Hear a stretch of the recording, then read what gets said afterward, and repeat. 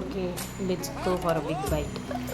சூப்பராக ஒரு cheesy pasta செஞ்சிடலாமா? எனக்கு பாஸ்தானா ரொம்ப பிடிக்கும். பட் எங்கள் வீட்டில் மோஸ்ட்டாக அதை செய்ய மாட்டாங்க.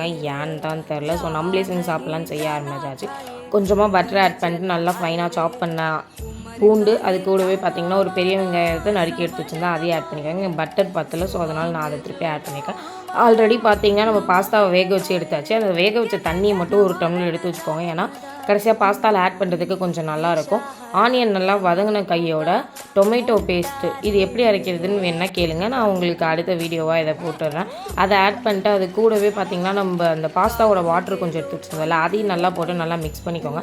கொஞ்சமாக எண்ணெய் திரிஞ்சு வரணும் அப்படின்றதுக்காக தான் அந்த தண்ணி மிக்ஸ் பண்ணுறோம்.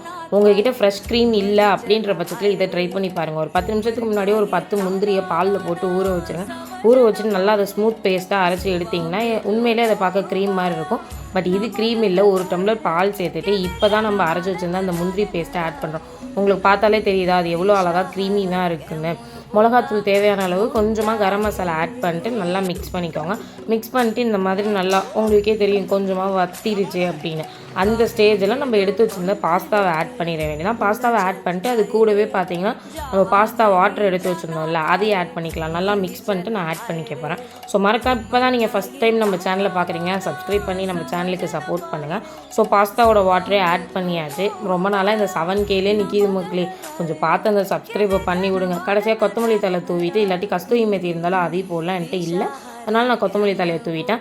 இது சூடாக இருக்கிறப்ப ஒரு சீஸை பிச்சு அதில் வைங்க. வச்சு அது மெல்ட் ஆகிறப்போ அதை எடுத்து சாப்பிட்றப்போ சீரியஸாக